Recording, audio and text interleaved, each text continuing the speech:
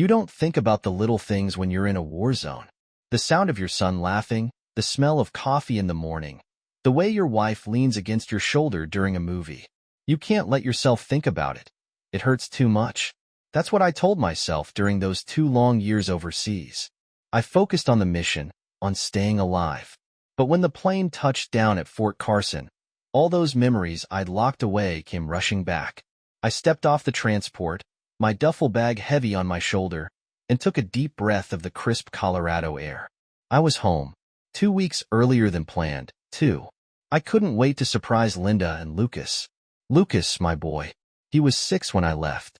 I missed his 7th birthday, his first lost tooth, and all the little moments you can't get back. But I told myself it was okay. I was here now. I'd make it right. I asked the taxi to drop me off a block away. I wanted to take it slow, let it all sink in. The neighborhood hadn't changed much.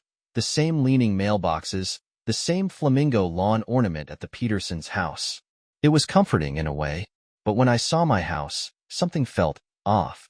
The roses Linda had spent years tending were gone, replaced by plain shrubs. The curtains in the living room were beige, not the pattern ones we picked out together.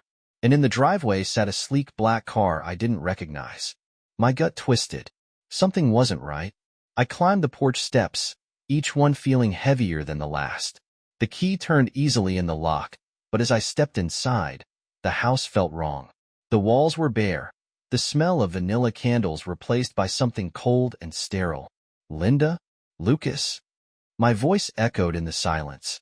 For a moment, nothing. Then I heard it, a small, shaky voice from upstairs. Dad? I turned just in time to see Lucas running down the stairs. He threw himself into my arms, and I caught him, holding him as tightly as I could. He'd grown so much. Taller, thinner, but still my boy. I missed you, Dad, he whispered. I thought you weren't coming back. I swallowed hard. I'm here now, I said. I'm not going anywhere. But as I looked at him, something in his eyes made my chest tighten. He looked worried, older than his years. Where's Mom? I asked gently. Lucas hesitated, his hands gripping my jacket. She's at church. With Uncle Mark. Uncle Mark, my best friend, my brother in arms, the guy I trusted with everything. Why is she with Mark? I asked, my voice careful. Lucas looked down. She's getting married, he said quietly. To him. For a moment, I couldn't move.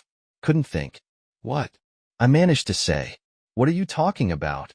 Lucas looked up at me, tears welling in his eyes. They said you weren't coming back, that you loved war more than us. The anger hit me like a wave, but I pushed it down. Lucas didn't need to see that. You did good, buddy, I said, ruffling his hair. You stayed strong, and now it's my turn. I stood, my mind already working, planning. I couldn't let this slide.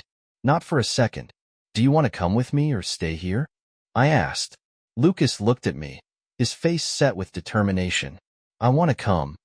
All right, I said, nodding. Let's go. The drive to the church was quiet. Lucas sat in the passenger seat, his small hands clutching the seatbelt. My mind was racing. Mark had been at my wedding. He'd promised to look after Linda and Lucas while I was gone. And now this? Dad, Lucas said softly. Are you mad? I glanced at him. Not at you, buddy. Never at you. But at Mom? And Uncle Mark? I gripped the steering wheel tighter. I'm angry at what they've done, but we'll handle this. Together. Lucas nodded, his small hand reaching for mine. I squeezed it, feeling the weight of his trust. No matter what happened, I couldn't let him down. When we pulled into the church parking lot, my stomach twisted. The lot was full of familiar cars, Linda's parents, my sister's sedan, even my parents' Buick. They all knew. They'd all been part of this. I turned off the engine and looked at Lucas. Stay close to me, all right? No matter what happens, I'm here for you. I'm ready, Dad, he said quietly, his voice steady. I stepped out of the car, the cool autumn air biting at my skin. The faint sound of the wedding march drifted out of the church doors. My heart pounded as I walked toward them, Lucas's hand in mine.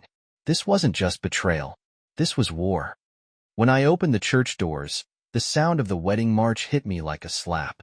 The organist played confidently, the congregation sat in neat rows, and sunlight streamed through stained glass windows. It was the kind of moment people dream about, except this wasn't my dream. This was my nightmare. Linda stood at the altar, holding a bouquet of roses in a white dress. She looked radiant, but it wasn't for me. Beside her, Mark, my best friend, stood tall, smiling as if he hadn't betrayed me. My chest tightened, but I didn't stop. Lucas's small hand was in mine. His grip was firm, even though I could feel it trembling. "Dad," he whispered, his voice shaking. "Do we have to go in?" I crouched down and looked him in the eye. "Just for a minute, buddy. Then we'll leave. I promise." He nodded reluctantly, and I straightened up. Every step felt heavier than the last as we walked into the room. My boots echoed against the hardwood floor, and heads began to turn. Whispers rippled through the crowd. The organist faltered, hitting a wrong note before stopping altogether. The silence was deafening. Mark noticed me first. His face turned pale, the confident smile replaced by a look of pure panic. He muttered something to Linda, who turned to follow his gaze. Her eyes widened when she saw me. "Nicholas," she said, her voice barely audible. The bouquet trembled in her hands. I stopped a few feet away from them, my voice calm but cutting. "You didn't expect me to make it back, did you?" Her lips parted, but no words came out. She looked at Mark, hoping he'd say something, but he froze. "Dad, can we go now?" Lucas's soft voice pulled me back. I knelt beside him again, brushing a hand through his hair. "Almost, buddy. Just give me a second." Mark stepped forward, raising his hands like he was talking to a cornered animal. "Nick, listen. It's not what it looks like." "Don't," I snapped, cutting him off. My voice was louder now, and I felt the weight of the congregation's stares. "Don't you dare." Linda tried to interject. "Nick, please. Let's not do this here." "Why not?" I turned to her, anger building in my chest. "Why not here, Linda? You weren't afraid to lie to everyone here, were you?" Her parents shifted uncomfortably in the front row. My parents, a few rows back, sat frozen, unable to meet my eyes. They all knew. They'd known for months and had done nothing. Mark cleared his throat again, trying to salvage the moment. "Nick, we thought—" "You thought what?" I interrupted, stepping closer. "That I wouldn't come back? That you could just take my place? You were supposed to be my friend, Mark. My brother." His eyes darted away, guilt flashing across his face. Linda finally found her voice. "Nicholas, can we talk about this somewhere private? Please." I let out a bitter laugh. "Private? Why, Linda? So no one has to see the mess you made?" "No. We'll talk about it right here." Lucas tugged on my hand again. "Dad, I don't like this." I looked down at him, my heart breaking for the fear in his eyes. "Okay, buddy," I said softly. "We'll go." I straightened up, turning back to Linda and Mark. My voice was steady. "You made your choice. Both of you. Now you're going to live with it." Without waiting for a response, I turned and walked back down the aisle, Lucas by my side. The crowd parted, their whispers following us all the way to the door. I didn't look back. The cool air outside hit me like a shock to the system. I knelt in front of Lucas, resting my hands on his small shoulders. "Are you okay, buddy?" He nodded slowly, though his eyes were wide with worry. "Are you okay, Dad?" I forced a smile. "I will be. Don't worry about me, all right? I've got you." He hesitated, then threw his arms around my neck. "I don't want to go back there." "You won't," I promised, my voice firm. "We're going home. Just you and me." The drive back was quiet. Lucas sat in the passenger seat, staring out the window, his little hand clutching the seatbelt. I glanced at him every few minutes, trying to think of something to say, but the words wouldn't come. He deserved better than this, better than me. When we got home, I carried him upstairs and tucked him into bed. He murmured something in his sleep, but I kissed his forehead and whispered, "It's okay, buddy. I'm here." Downstairs, the house felt emptier than ever. I sat at the kitchen table, staring at my phone. My hands shook as I scrolled through my contacts, stopping at Emma's name. She was the only person I could trust now. The phone rang twice before she picked up. "Nicholas," she said, her voice calm but concerned. What's going on? I need your help, I said, my voice rough. Mark and Linda, they're not done. I think they're going to try for custody. They've already tried turning Lucas against me. She exhaled sharply. All right, she said after a pause. I'll start digging tonight. But, Nick, if this goes to court, they'll hit hard. They'll use your deployment, say you were absent. I know, I interrupted. That's why I need you. Find everything you can. Emails, finances, anything they've been hiding. Emma's voice softened. Nick, you need to focus on Lucas. He needs you more than ever. I won't let them take him, I said firmly. Not now. Not ever. After I hung up, I sat there in the dark, the weight of it all pressing down on me. I didn't know how this was going to end, but I knew one thing for sure. I wasn't going to let them win. The house was silent when I woke up the next morning. Too silent. I sat at the kitchen table, staring at my cold coffee. The events from the church yesterday played on a loop in my head. The whispers. Linda's face when she saw me. The way Mark tried to explain, as if there was any excuse for what he'd done. Upstairs, I heard the soft thud of Lucas's feet on the floor. A moment later, he appeared in the doorway, still in his pajamas, his hair a mess. He rubbed his eyes and looked at me. Morning, buddy, I said, trying to sound normal. Want some cereal? He nodded slowly, climbing into the chair across from me. As he poured his bowl, I watched him carefully. He looked smaller today, like he was carrying something too big for his little shoulders. I wanted to reach out, to tell him everything would be fine, but I couldn't lie to him. Not now. Dad, he said suddenly, breaking the silence. Are you still mad at Mom? The question hit me like a punch to the gut. I set my mug down, forcing myself to answer carefully. I'm not mad at her, I said slowly. I'm just disappointed and hurt. He stared at his cereal for a long time before speaking again. Do you think she's mad at us? No, buddy, I said firmly. This isn't about you. None of this is your fault. You know that, right? He nodded, but I could tell he wasn't convinced. I wanted to say more, to make him believe it, but the words wouldn't come. Later that afternoon, Emma called. I stepped outside to take the call, pacing the porch as she laid everything out. Nick, she said, her voice steady but tense, I've been digging into Mark's business dealings. He's been using your name to secure contracts, telling people you're still involved. I gripped the phone tighter. How bad is it? Bad, she said. He's been leveraging your reputation to land deals. It's fraud, Nick. Plain and simple. And Linda, she's been moving large amounts of money. I think they've been planning this for a long time. I leaned against the railing, the cold air biting at my skin. And Lucas? Have they said anything about him? Emma hesitated. Not directly. But if they're going for custody, they'll use everything against you. Your deployment, your time away, even your mental health. The knot in my stomach tightened. Let them try. Nick, she said gently, you need to be smart about this. They're not going to play fair. I know, I said quietly. That's why I called you. That night, after Lucas went to bed, I opened the file Emma had sent me. The photos were like knives to the chest. Mark and Linda together at restaurants, at Lucas's soccer games, even at the school open house. They looked so comfortable, so natural, as if I'd never existed. The rage boiled over before I could stop it. My hands shook as I scrolled through the messages and bank statements. They'd stolen more than just my trust. They'd stolen time. Time with my son that I could never get back. I sat there for hours, piecing it all together. Every transaction, every photo, every lie. It was a web of betrayal so deep I could hardly breathe. But beneath the anger, something else stirred. Determination. They thought I wouldn't fight back. They thought I'd let them win. They were wrong. The next morning, I dropped Lucas off at school. He looked up at me before heading inside, his eyes searching mine. You'll be here when I get out, right? Always, buddy, I said, ruffling his hair. I'm not going anywhere. He smiled, but it didn't reach his eyes.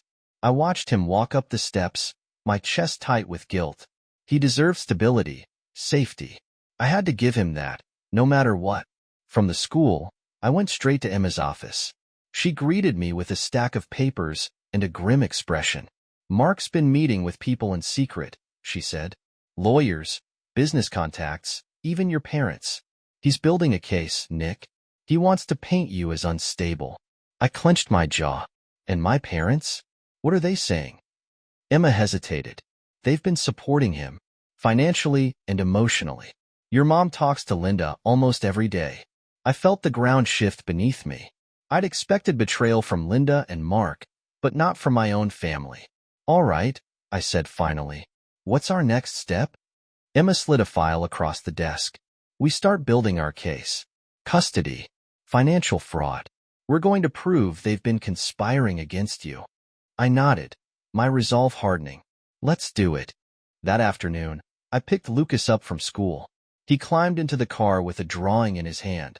A picture of the two of us, standing under a tree. Do you like it? He asked, holding it out to me. I smiled, my throat tight. I love it, buddy. It's perfect. As we drove home, he chattered about his day, his voice light and full of excitement. For a little while, I let myself believe everything was normal. But when I tucked him into bed that night, the weight of it all came rushing back. He looked up at me as I pulled the blanket over him. Are we going to be okay, Dad? I sat on the edge of his bed, brushing his hair back. Yeah, buddy, I said softly. We're going to be okay. I promise. He nodded, his eyes already drooping closed. Good. I like it when it's just us. Downstairs, the house was quiet again. I sat at the kitchen table, staring at the file Emma had given me. The evidence was damning. Proof of lies, manipulation, fraud. It was enough to start building my case, but it didn't feel like enough. Not yet. I picked up my phone and texted Emma. Keep digging. I want everything. They thought they could take my son. They thought they could break me. They were about to find out just how wrong they were. The house was quiet in a way that felt unnatural. Lucas was upstairs, humming to himself as he built something with his Legos. I sat at the kitchen table, staring at the stack of documents Emma had sent me. Each page told the same story. Betrayal, planned and executed while I was thousands of miles away. Photos of Mark sitting at Lucas's soccer games. Bank statements showing Linda's secret accounts. Emails where Mark had signed my name on contracts. It wasn't just about their betrayal anymore. They weren't just trying to hurt me. They were trying to erase me.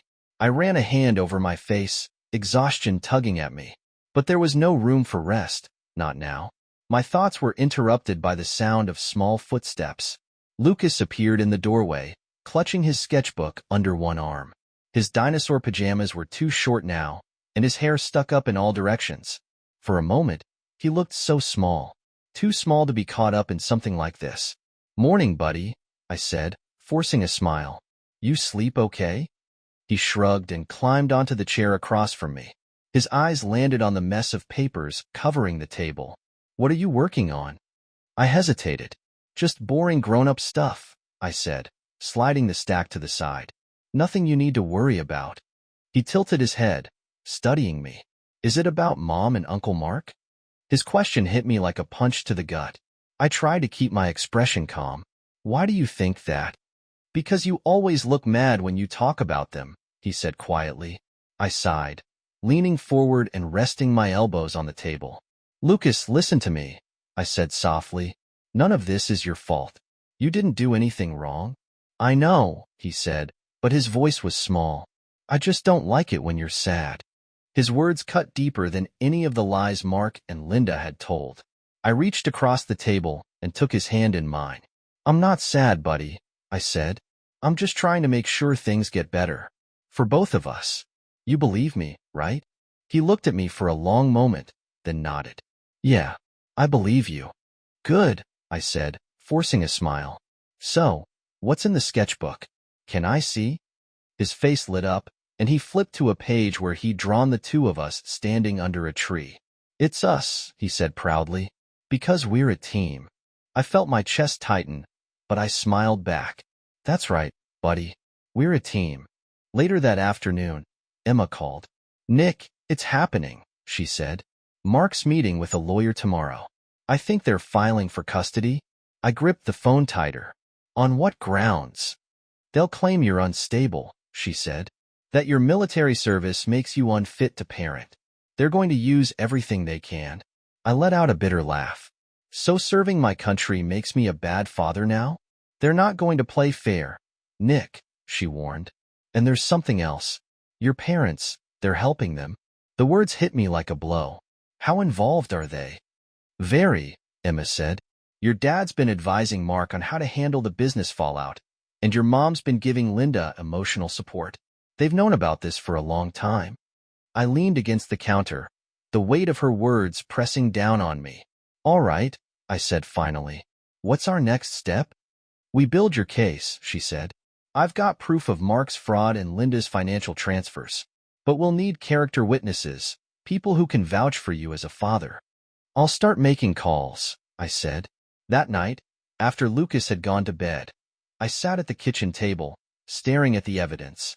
Every photo, every email, every bank statement, they all painted the same picture. Mark and Linda thought I was out of the picture. They thought I wouldn't fight back. But they were wrong. The next morning, I dropped Lucas off at school. He hesitated at the door, looking back at me. You'll be here when I get out, right? Always, buddy, I said. I'm not going anywhere. He smiled and ran inside, his backpack bouncing as he disappeared into the building. I stayed there for a moment, watching the other kids stream in. They all seemed so carefree. I wanted that for Lucas. I wanted him to have a life without courtrooms and accusations hanging over his head. From there, I drove straight to Emma's office. She greeted me at the door, holding a stack of papers. Mark's fraud is undeniable, she said. He's been using your name to land contracts. It's going to hurt him in court. And Linda? I asked. She's been funneling money into private accounts for months, Emma said. It looks like she planned to cut ties long before you got home. I nodded, my jaw tightening. And my parents? Emma hesitated. Your dad's been giving Mark advice. Your mom's been helping Linda prepare for court. They're all in this together. I exhaled slowly, running a hand over my face. All right, let's focus on what we can prove. Emma nodded. We'll keep gathering evidence. And we'll get witnesses, people who know the kind of father you are. That night, as I tucked Lucas into bed, he looked up at me with sleepy eyes. You're not going to let them take me, right? I leaned down, brushing his hair back. Never, buddy, I said firmly. You're mine, and no one's going to change that. He smiled faintly, his eyes drifting closed. I stayed by his side for a while, listening to his soft breathing. He was my whole world, my reason for everything. They thought I'd let them win. They thought I'd walk away. They were wrong. The court papers sat unopened on the counter for hours. Just seeing Linda and Mark's names on the envelope made my stomach turn. I finally tore it open late that evening, knowing what I'd find. They were filing for custody. The words on the page felt like a punch. Unstable, absent, unfit. Lies twisted into accusations, aimed to make me look like a stranger to my own son. I stood there, gripping the paper tightly, my mind racing. Did they really think they could take Lucas from me? My son, who I'd thought of every day during deployments, whose face was the reason I kept going. They didn't know me at all. Dad? Lucas's voice broke through my thoughts. He was at the bottom of the stairs, his hair sticking up and his sketchbook under one arm. Can you help me with my project? I folded the papers and forced a smile. Of course, buddy. I followed him upstairs, my chest tightening as I watched him explain his school project with excitement. He didn't know what was happening, and I wanted to keep it that way for as long as possible. He deserved his childhood, no matter how messy the rest of this got. Later that night, after Lucas was asleep, Emma came over. She dropped a thick folder onto the kitchen table and opened her laptop. Nick, this is bad, she said, her tone sharp. They're building their case around you being emotionally unstable. They're going to argue that your time in the military makes you unfit to parent. I clenched my fists. And Mark? What's his angle? Emma's expression darkened. He's going to paint himself as the steady figure in Lucas's life, the reliable one. And, Nick, your parents are supporting them. The words landed like a blow. What? She nodded grimly. Your dad's been advising Mark on his business fallout. Your mom's been giving Linda emotional support. They're all in this together. I leaned back in my chair, running a hand over my face. I shouldn't have been surprised. but it still stung. What's our next step? I asked finally. Emma pushed a file toward me. We remind the court who you are. I've got evidence of Mark's fraud, Linda's financial schemes, and their attempts to alienate Lucas from you. We need to show the truth and show that you're the parent Lucas deserves. The next week was a blur of preparation. During the day, I focused on Lucas, helping with homework, building Legos, and reading stories before bed. At night, Emma and I pored over every piece of evidence we could find. Emails, contracts, bank transfers, it was all coming together. But it wasn't enough to have facts. The court needed to see me as Lucas's father, not just a man defending himself. One evening, as I tucked Lucas into bed, he looked up at me with serious eyes. "Dad, are you and Mom mad at each other?" I sat down on the edge of his bed, sighing. "We don't agree on some things right now," I said carefully, "but we both love you. That's what matters most." "Are they mad at you?" he asked quietly. I hesitated, brushing a hand through his hair. "Maybe," I admitted, "but you don't need to worry about that, buddy. My only job is making sure you're okay." He nodded, but his brow stayed furrowed. "I don't want to have to choose." My heart ached at his words. "You won't have to," I said firmly. "I promise." The day of the hearing came too quickly. I dropped Lucas off at school that morning, and he held onto my hand a little longer than usual. "You're picking me up later, right?" he asked. "Always, buddy," I said, giving his shoulder a squeeze. "I'll be here." The courthouse felt cold and intimidating, but Emma's steady presence kept me grounded. "You ready?" she asked. I nodded, even though my chest felt tight. "Let's do this." Inside, Linda sat next to Mark, both of them whispering to their lawyer. I caught Linda's glance, but she looked away quickly. Mark, on the other hand, smiled smugly, as if he'd already won. I ignored him. This wasn't about them. Their lawyer started by painting a picture of me as unstable, someone who had been absent too often to be a proper father. Linda teared up on the stand, talking about how hard it had been to raise Lucas alone. It was all lies, but the performance was convincing. Then it was our turn. Emma presented the evidence methodically. Mark's fraud, Linda's secret accounts, their attempts to manipulate Lucas. Witnesses came forward. My commanding officer spoke about my leadership and character, and friends described my bond with Lucas. Finally, I took the stand. I didn't talk about Linda or Mark. I talked about Lucas, his love for dinosaurs, how he insisted on bedtime stories every night, and the way he lit up when he showed me his drawings. I told them about the promises I'd made to him and how I'd kept them, even from thousands of miles away. When I finished, the room was silent. Even Linda wouldn't meet my eyes. That evening, I picked Lucas up from school. He climbed into the car, holding a drawing in his hands. "Look, Dad," he said, grinning. "It's us." The picture showed the two of us standing under a tree, holding hands. At the bottom, in his careful handwriting, he'd written, "Team Hale." "It's us against the world," he said proudly. I smiled, swallowing the lump in my throat. "That's right, buddy. Us against the world." As we drove home, I glanced at him in the rearview mirror. He was humming to himself, completely unaware of the battle being fought for him. And that was okay. He didn't need to know the details. He just needed to feel safe and loved. They thought they could take him from me. They thought they could break me. They were wrong. The weeks following the hearing were some of the longest of my life. Every day felt like a balancing act between being a good father and preparing for the fight of my life. Lucas, thankfully, seemed blissfully unaware of the storm brewing around him.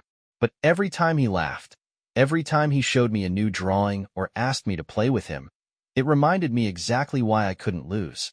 "Dad, can you build the castle with me today?" he asked one evening, his hands already clutching a box of Legos. I looked up from my laptop, where Emma had just sent me another email full of court documents and Mark's financial records. The exhaustion tugging at me didn't stand a chance against Lucas's hopeful grin. "Of course, buddy," I said, closing the laptop. "Let's make the biggest castle they've ever seen." His face lit up, and for an hour, we sat on the living room floor piecing together towers and walls. It wasn't just about the Legos. It was about showing him that I was here, no matter what, that I wasn't going anywhere. The second hearing was scheduled for a Friday. Lucas had been asking more questions as the court dates loomed closer. He wasn't naive. He could tell something was going on. One night, as I tucked him in, he surprised me with a question that left me momentarily speechless. "Dad, do you think Mom and Uncle Mark are mad because you came home?" I blinked, sitting down on the edge of his bed. "Why would you say that, buddy?" "Because they didn't seem this mad before," he said, fidgeting with the corner of his blanket. "And now it feels like they don't like you." My chest ached at the innocence of his observation. "Lucas, listen to me," I said gently. "This has nothing to do with you. Sometimes grown-ups make bad choices, and those choices hurt other people. But you don't need to worry about that. Okay?" He looked at me with wide, serious eyes. "But they said you were scary, that you're mad all the time." I swallowed hard, keeping my voice steady. "Do I scare you?" He shook his head immediately. "No, you're the best." "Then that's all that matters," I said, brushing a hand through his hair. "You're the only thing that matters to me, Lucas." He nodded slowly, and I stayed with him until he fell asleep. As I sat there in the quiet, I made a promise to myself. No matter what, I would show him the truth. Not with words, but with actions. The second court hearing was more intense than the first. Linda and Mark doubled down on their accusations, pulling out every lie they could muster. Their lawyer even brought up my deployment records, trying to paint my time in the military as a sign of instability. I could feel the tension in the courtroom as they laid out their case, but I refused to let them see me react. When it was Emma's turn, she dismantled their arguments piece by piece. She presented the timeline of their betrayal, the fraudulent contracts Mark had signed, and the financial schemes they'd hidden from me. Then, she brought in witnesses who knew Lucas and me, his teacher, who spoke about how involved I was in his education, a neighbor who talked about the nights I spent playing catch with him in the yard, and even my commanding officer, who testified to my leadership and character. Finally, I took the stand again. This time, I spoke directly to the judge. I talked about Lucas, his quirks, his dreams, his love for art.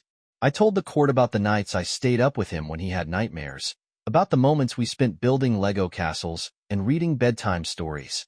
I didn't talk about Linda or Mark. This wasn't about them. This was about Lucas. When I stepped down, I caught a glimpse of Linda. She looked away quickly, but I could see the tension in her shoulders. Mark, on the other hand, still wore that smug smile, but I could tell it was starting to crack. That evening, I picked Lucas up from school. He ran to the car, waving a piece of paper in his hand. "Look, Dad, I got a gold star in art class." I took the drawing he handed me, a picture of the two of us at the park, throwing a baseball. "This is amazing, buddy," I said, smiling. "I'm so proud of you."